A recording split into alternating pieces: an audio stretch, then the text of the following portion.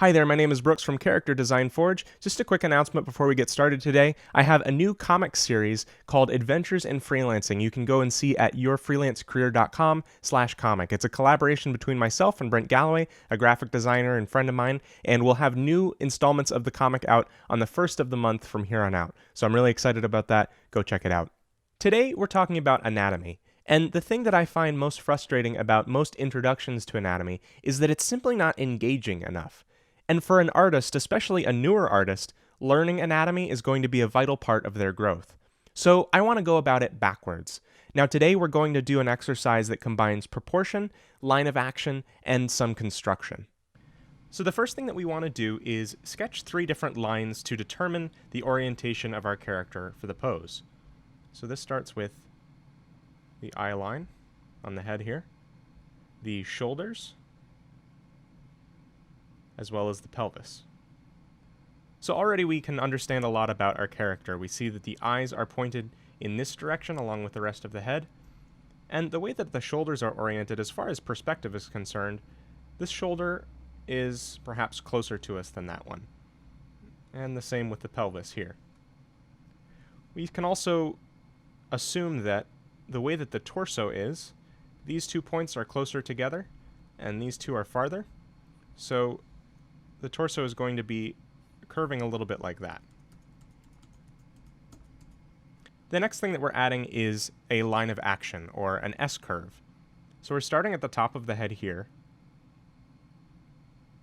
and following the lines that we already have, this is going to go down to where our feet will be. Now this portion of the line isn't necessarily the leg, but it's telling us how to lay out the rest of the body as we sketch it. Notice that the main curvature is happening in the spine because that's kind of where our bodies flex the most overall. Next we can add our legs. Now that the way that our legs bend, the upper part will kind of curve down toward the knee here, and then back out toward the feet. A lot of things in our body are based off of this kind of S-shaped balance. So every action has a reaction. Now we'll add the femur and the calf and shin there. And we can do the same with this leg. And now we can add another line, which is not something that will build out into any kind of form, but as a bit of reference for where our feet are. Oops, that's not very straight. For where our feet are in perspective.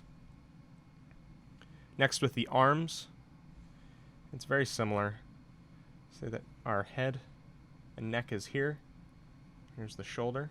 So this is from head on. The upper part of the arm will swing out like this,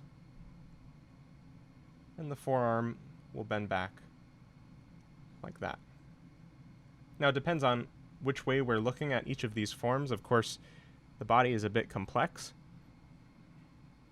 but for our purposes here, we'll bring this down.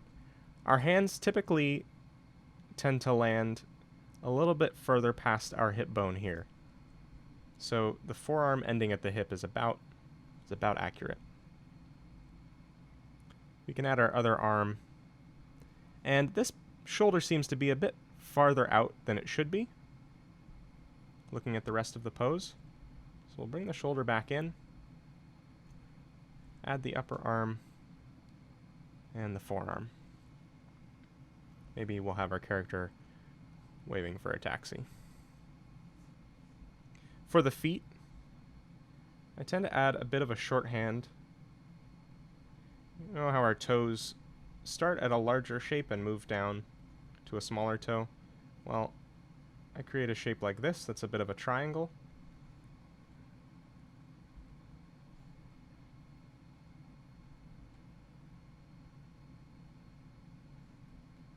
And a little arch at the bottom for the arch of our foot. Now we can add some forms to our body. That starts at the skull, which is a sphere, and a square shape coming out the bottom, which is our jaw. Now for the torso, we can draw a line here for the bottom of the breastbone. That's what connects the two sections of our rib cage. Some people draw out the rib cage like this to determine their torso, or you can draw out a somewhat stylized pectoral muscle set like that. So we have the upper part of our torso. That rib cage is coming out pretty far.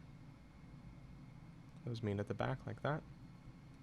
Now our pelvis is a little bit tapered, like so, and we know that the ball joints for our legs meet up in the pelvis. So maybe for our character, the pelvis won't be as prominent, but we'll know it as the point where our legs begin. Then we can connect our torso here to the pelvis. And of course, because this is a really basic form, our character could have all sorts of things like extra body fat on the outside that would determine the shape of the pelvis and the stomach here, but we'll keep it like this for now. Now, as far as proportions are concerned, we do need to make a few corrections here.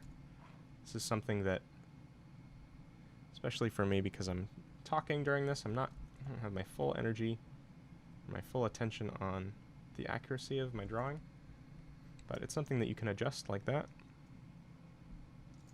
And probably the same with this leg, just be a little bit larger. It's a little bit of Photoshop cheating.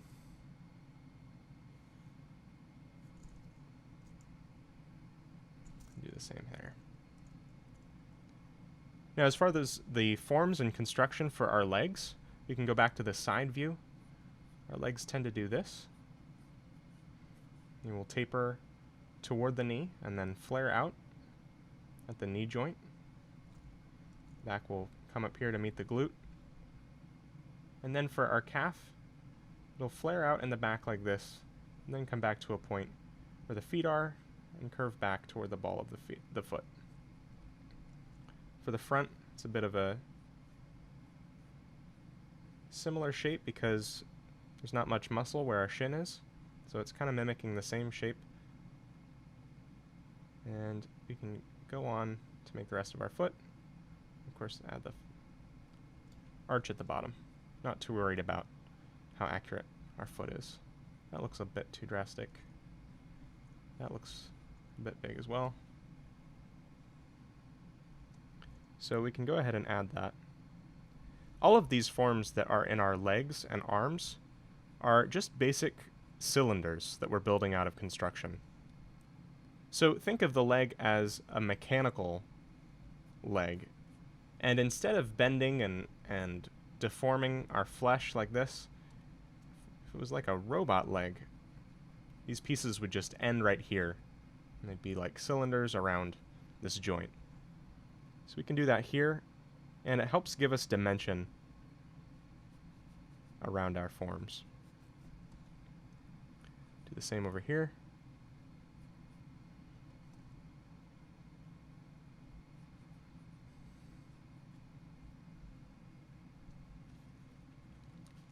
This still looks really off.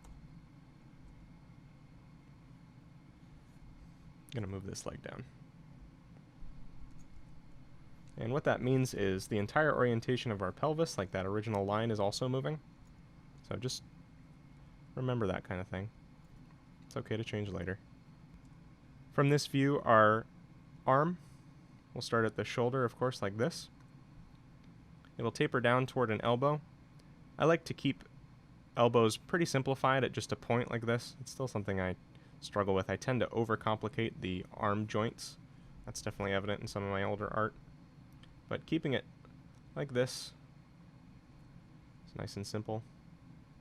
We can build some cylinders out of our arm shape. This can come back up. The forearm can taper toward the hand. And we'll add a hand shape there. Nice and simple. Shoulder will come up.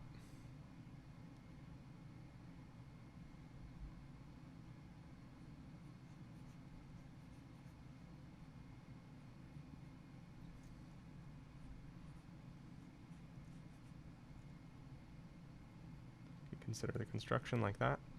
Looks like our head is a bit high.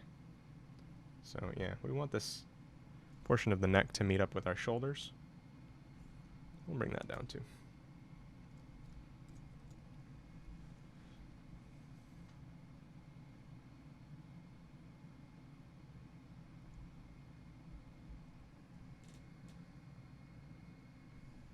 Some simplified hand shapes there. So this is a really good exercise to do. Of course the proportions seem a bit wonky here. I'm going to flip it horizontally, and that's going to give me a kind of fresh set of eyes on this. That's not bad. Looks like he's maybe stepping off the curb to hail a taxi there. So what's nice about this is you don't have to develop your characters or your poses all the way out to this shape, but you can continue to use those first 3 lines and push your poses of characters. Use the S-curves.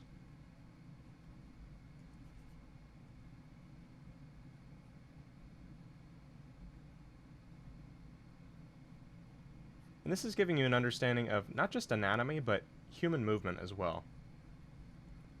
If it looks off in your drawing, it probably either means it's just not that dynamic, or it's not necessarily the way that a human would move.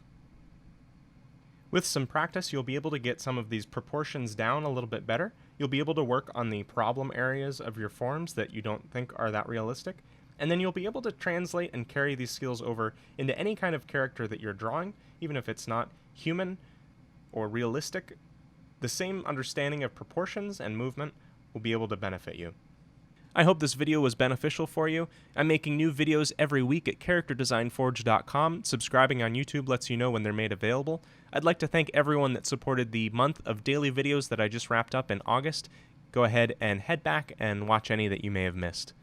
As always, I'd love to hear your questions and struggles when it comes to art and character design, so send me a message or leave a comment. Thank you very much for watching, and have fun creating.